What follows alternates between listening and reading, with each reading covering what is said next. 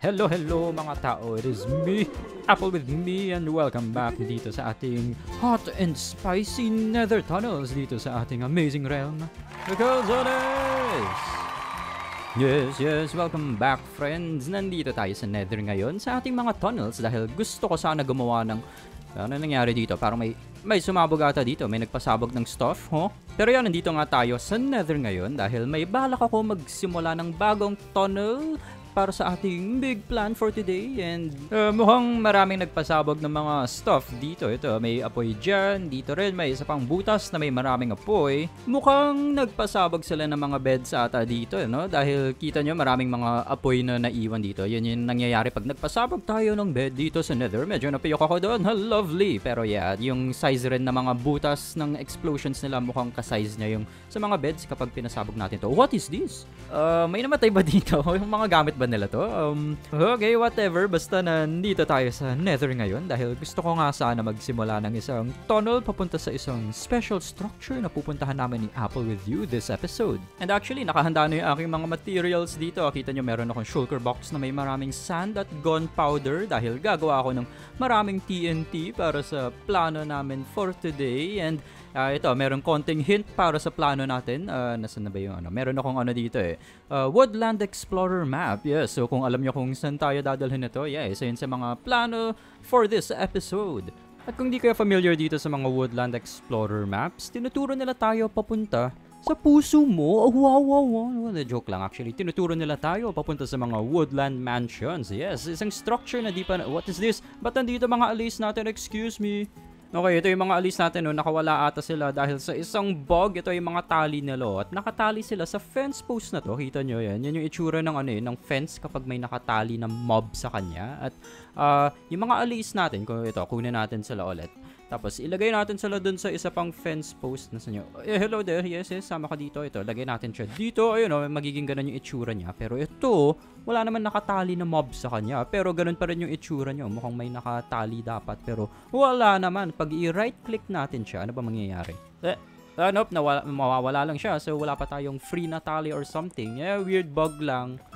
Okay, so medyo mabilis ata ako ma-distract ngayon. So ito, tutuloy ko yung pag-explain ng ating plano para sa episode na to dito sa balcony natin. Wow, look at that, so beautiful. At yung plano nga natin ay pupunta tayo sa isang woodland mansion gamit yung, nasa na yun, itong Woodland Explorer map natin. Pero yung isang problema ay sa experience ko sa mga nakaraang realms namin, nakaraang worlds, sobrang layo na itong mga woodland mansions. In mga ilang thousands of blocks, mga 10,000 plus blocks yung pinakamalapit na woodland mansion. So, ayoko sana lakarin yun dahil yun nga, sobrang layo masyado. Pati, lalaki na sobra yung file size ng ating mundo dahil naglo-load in tayo ng sobrang madaming chunks papunta dun. So, yung naisip ko ay check ko na lang muna sa creative mode kung saan yung pinakamalapit na woodland mansion para lang malaman natin kung sobrang malayo ba talaga ito.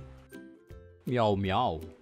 And wow, look at that! Nasa loob tayo ng isang butas ngayon sa isang fresh copy ng ating world. As in, ito yung itsura niya nung bagong-bago pa siya. Nandyan yung ating base summer dyan at yung village sa tabi niya nandito. At ito yung butas, kung naalala niya to from episode 1, dyan tayo nagsimula. And nandito tayo ngayon sa isang creative copy ng ating world dahil gusto ko lang ipakita sa inyo kung gaano kalayo yung pinakamalapit na woodland mansion mula dito sa spawn. So, para mahanap yun, i-type in lang natin yung command na locate structure tapos mansion, and ipapakita sa chat. Oh, look at that. The nearest woodland mansion is yung coordinates na yan. Tapos sinasabi niya 13,560 blocks away. Yes, at hindi natin lalakarin yon, of course. Kaya ito na tayo back sa ating realm kasama yung ating mga kambing na sumisigaw. Yes, ayun sila, nagagalit sila. Ang layo daw ng woodland mansion masyado. Kaya yung plano nga natin dito ay dadaan na lang tayo sa nether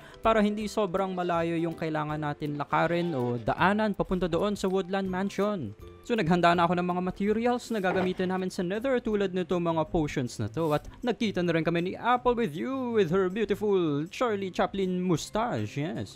At mula sa shulker box na to na puno ng sand at yung isa pang shulker box natin dito na puno ng gunpowder, nagcraft ako ng sobrang madaming TNT. Pero ganito karaming TNT lang pala makukuha natin mula sa isang shulker box ng gunpowder. Ilang stacks ba to? Mga 5.5 stacks. So, akala ko sobrang marami pa tayong makukuha na TNT, pero yan lang pala yun. At nung ready na kami with our not so maraming TNT, pumunta na kami sa aming underground tunnel sa Nether. And ito, sinimulan ko na yung tunnel namin papunta doon sa coordinates ng Woodland Mansion. At ito, dire-diretso lang ako. Yung strategy kasi namin dito ay, ako, taga-mine ako ng tunnel namin. At si Apple with you, nasa likod ko, naglalagay siya ng mga TNT na craft natin dahil papasabugan namin itong tunnel namin para makakuha rin kami ng maraming ancient debris sana.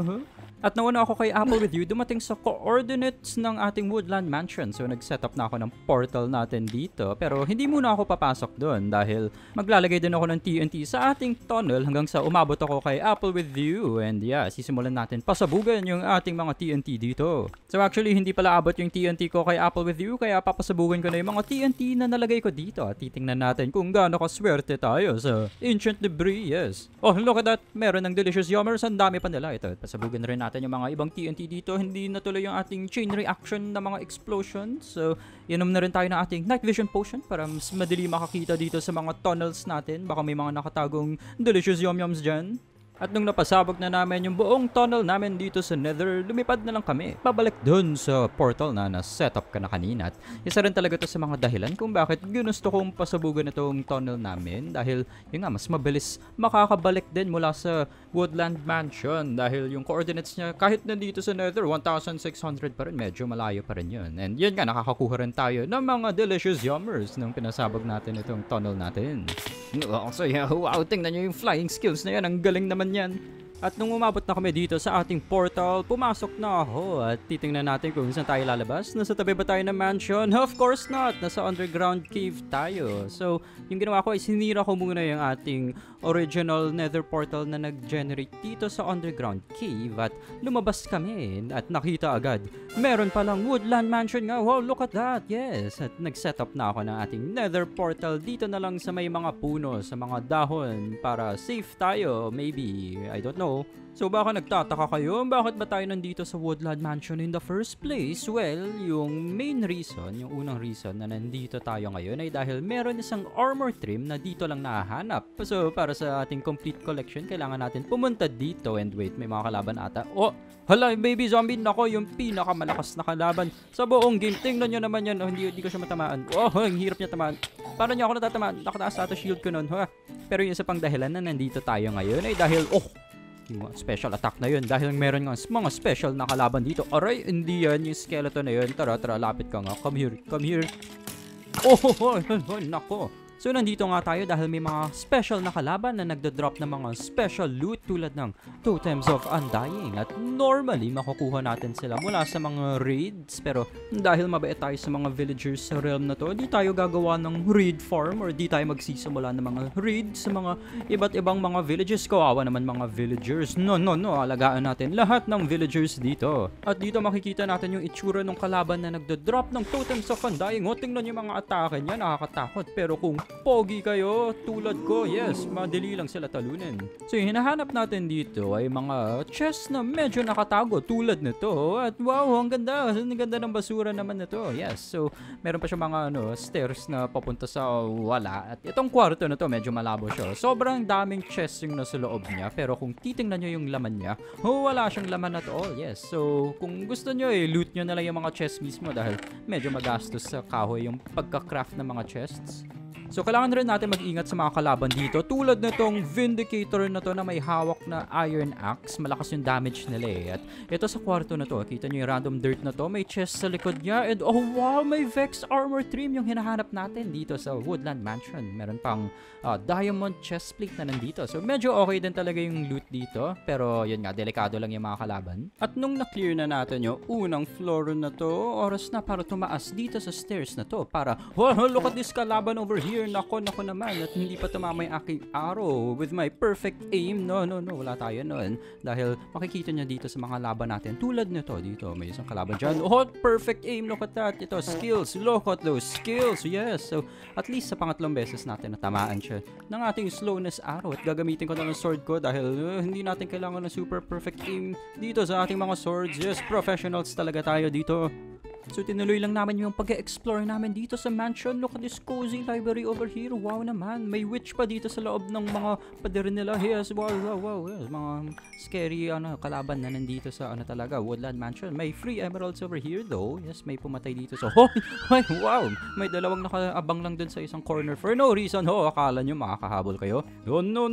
Bawal yan. May isa pang nanonood dito lang sa labas ng bintana na to. Hey, yes, gusto mo pumasok? Nope. Ayoko yan because may dalawa nanditong nakaabang. Ito, papasukin natin sila at pakitaan natin sila ng professional fighting skills. Look at that aim. Yes, nako, okay. Ito, isa pa. Yan, at least yung tumama. Yan, mabagal na sila. So, mas madali na silang tamaan. Look at that. Yes, buti na lang talaga maganda armor natin. Isa pang highlight sa Woodland Mansions, minsan merong wow naman, giant pusa. Very nice. At may mga secret surprises like this creeper over here na natamaan ko with my arrow. Yes, very good. Yes, gumagaling aim natin habang nandito tayo.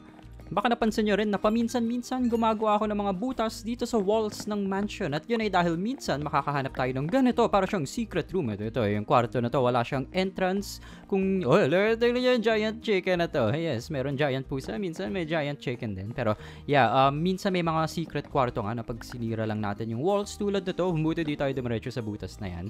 Pag sinira natin yung walls, minsan makakahanap tayo ng secret room. So, yung secret room na nakita natin dito, yun, wala siyang kahit anong entrance kundi dito sa butas na ginawa natin papasok sa kanya. So, itong secret room na to, kita nyo, meron siyang weird obsidian structure na to at sa gitna niya merong wow, diamond block. Yes. So, ito merong secret treasure sa loob ng secret kwarto.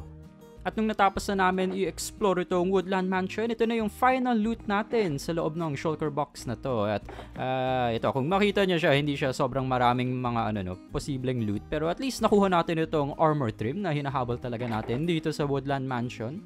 At dahil tapos na kami mag-explore dito sa Woodland Mansion, oras na para sunugan yung buong mansion. Yes, gawa siya sa kahoy. So, madali lang siya masusunog. Parang tayo lang. Ouch!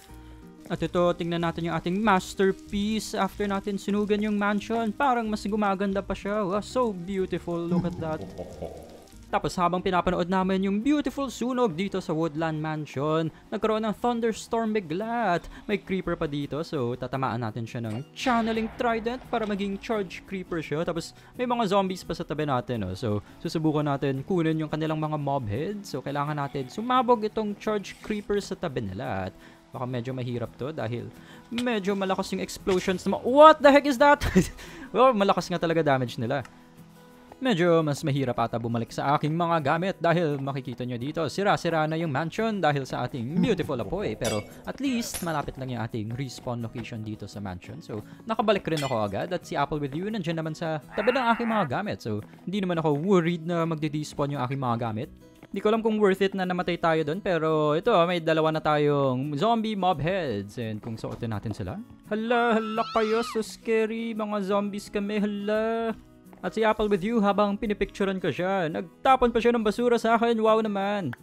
So ito na kami, pabalik na sa aming base at lilipad na lang kami dito sa tunnel na pinasabog namin and medyo malaki naman yung space, no? So kung magaling tayo lumipad, dapat smooth lang yung ating flight pabalik. Yes, tingnan nyo yan. Professional flying skills. Ang galing talaga namin dito actually. So kung gusto nyo maging magaling lumipad, yeah, wag nyo ako gayahin. And medyo problema, sinira ko yung bed kung saan ako nagre-respawn. So ito na tayo sa actual world spawn at kailangan ko maglakad sa napakahabang nether tunnel namin pabalik sa aking gamit. Pero at least medyo may enjoy natin yung view ng base natin dito. Wow, so nice naman. Buti na lang prepared ako with my ender chest na merong mga extra gear at extra fireworks. So dito meron akong extra elytra at what is this? Oh, ano ba? Nakawala na naman yung alay natin. Okay, bahala na. So yeah, meron tayong extra elytra here at itong shulker box na puno lang ng mga rockets. So makakalipad tayo pabalik dun sa aking gamit. At dito smooth na yung flight natin. Di na ako mamamatay at buti na lang si Apple with You. Na-rescue na rin yung aking mga gamit. Linagay niya lahat dito sa isang shulker box. At yeah, mukhang wala naman nawala sa atin. At ito na tayo back sa base. And napag-isipan ko gumawa na ng isang basurahan system redstone thing over here. Dahil marami kaming basura na nakuha nung ginagawa namin yung nether tunnel na yon papunta sa Woodland Mansion. So ito yung medyo simple redstone niya. Pero Actually, medyo nahirapan ako gawin ito dahil nagsispread yung apoy na ginagamit natin para masira o masunog yung mga basura na tinatapon natin dito. Pero, yeah, ito simple idea lang. Ilalagay natin yung ating mga basura sa barrel na to over here at i-activate yung lever na to para ma-drain yung laman ng barrel na yan at masusunog sila. Yay! At naalala nyo yung alley natin na nakawala kanina? Well, nandito siya. Ayun siya sa taas. Hala, medyo nasusunog pa ata siya eh. Sobrang hassle talaga na randomly nakakawala itong mga allays natin. Delikado po dito. Ang daming mga kalaban. Look at this skeleton. Well, look at that pro skills bow habang lumilipad. So, yeah, kukunin natin itong alley natin. Ouch, ang dami talagang kalaban dito. And ito na siya, back sa base. At iiwan na natin siya dito sa ating mga sniffers. And babalik tayo sa nether dahil isa na lang ata yung kulang na armor trim bago natin makumpleto yung ating collection. At yun yung armor trim na nahahanap sa mga bastions dito sa nether. And ito, nakahanap tayo ng isang bastion over here. So, kung i-explore natin yung mga chests dito, sana bigyan nila tayo ng isang armor trim. And kailangan maingat tayo dito. Susuotin natin yung ating big boy fancy armor dahil sobrang lakas ng damage. Lalo na nung mga piglin brutes, yung mga nakahawak na gold axe na mga kalaban dito. So, ito, nakahanda na yung ating fire resist potion, ender pearls. So, yeah, sana hindi tayo mapatay dito. Medyo may trauma na kasi ako sa mga kalaban dito sa mga bastions. What is that? Patanda mo nila dun sa baba. Napatay na nila ako ng sobrang madaming beses sa mga nakaraang worlds natin. So, ito. Safe tayo. Long range attacks lang. Isa-isa. What is this? Paano ako nahulog? What? Oh, no. Oh, no. Ang dami nilang... Ay, no. Oh, no. What? Ayun na yung mga brutes. Ay, lakas ng damage nila. Takbo tayo. Spam attacks lang. Spam attacks. Huwag kayo lumapit. Ouch, ouch. Oh, okay. So, kung mag-spam tayo na attacks, hindi sila aray, ito yung brute. Takbo. Oh, wait. Muntik na ako mahulog sa lava. What is this? Huh? Oh my gosh, sobrang stressful na to. Oh my god, kalaban. Oh, wait, what is that? Oh, okay, napatay natin yun. Buti na lang, swerte tayo. Nahulog siya sa harap na ating sword. At ito, gagamitan natin siya ng bow natin. And sana, safe ba tayo? Nabuhay ba tayo? Paano tayo nabuhay doon? What is that? Parang may naririnig. Ayun, oh. Meron pa atang mga baboy sa ibabaw ko. Pero mukhang safe tayo for now. Kain muna ako. Sabihin ko sana na magiging mas maingat ako sa bastion na to ngayon, pero mukhang hindi na option yun. So ito, at least uminom ako ng fire resist potion bago tumalon dito sa gitnang area ng bastion na to dahil meron atang chest dito. So meron dami lang mga kalaban dito, so medyo kailangan natin i-clear yung area. Ayoko magbukas ng chest habang may maraming kalaban na nakapaligid sa atin. Baka mahulog nila ako sa lava o baka dumating ulit yung napakamaraming piglins na yun kanina. So ito yung chest sa gitna na sinasabi ko at mukhang malas tayo dahil ito na nga rin yung sinasabi ko, mga kalaban na inaatake tayo habang nakatingin sa chest. Pero ito, meron sanang armor trim dito pero nope, hindi tayo swerte. But yeah, at least meron tayong string. Yes, wow, ganda naman ng loot. Pero yeah, may unique banner pattern din dito. So what the... buti na lang talaga may fire resist potion tayo. Ang galing ka talaga.